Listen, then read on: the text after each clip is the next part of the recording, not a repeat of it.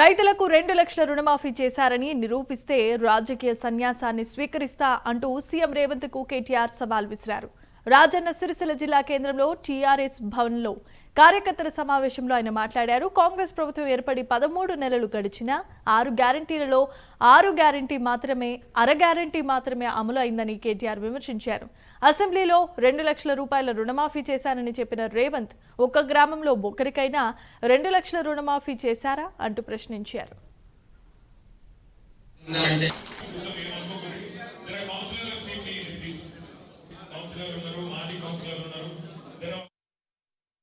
ఉద్యోగస్తులు ఉంటారు, టీచర్లు ఉంటారు.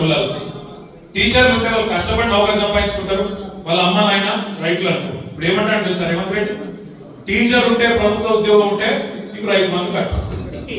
ముందెందుకు చెప్పలేదా? ముందెందుకు చెప్పలేదు? ఉద్యోగస్తులకు భూమితో సంబంధం కట్ చేస్తా అన్న మాట ముందెందుకు చెప్పలేదు? ఐటీ కడితే కట్టు, పాన్ కార్డు ఉంటే కట్టు, ఇది కట్టు. అందుకే సీఎం అంటే చీఫ్ మినిస్టర్ కాదు.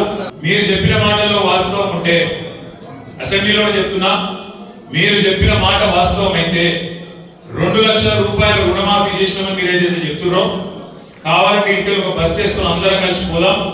ముఖ్యమంత్రి సొంత ఊరు కొండారెడ్డిపల్లికి పోదామా, ముఖ్యమంత్రి నియోజకవర్గం కొడంగల్ పోదామా, లేదా నా నియోజకవర్గం సిరిసిల్ల పోదామా?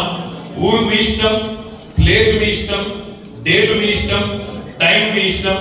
ఒక్క ఊళ్ళోనైనా రైతులు 100% రుణమాఫీ అయిందని చెప్తే నేను రాజీనామా చేస్తూ కాదు, రాజకీయ సన్యాసం తీసుకుని అక్కడికి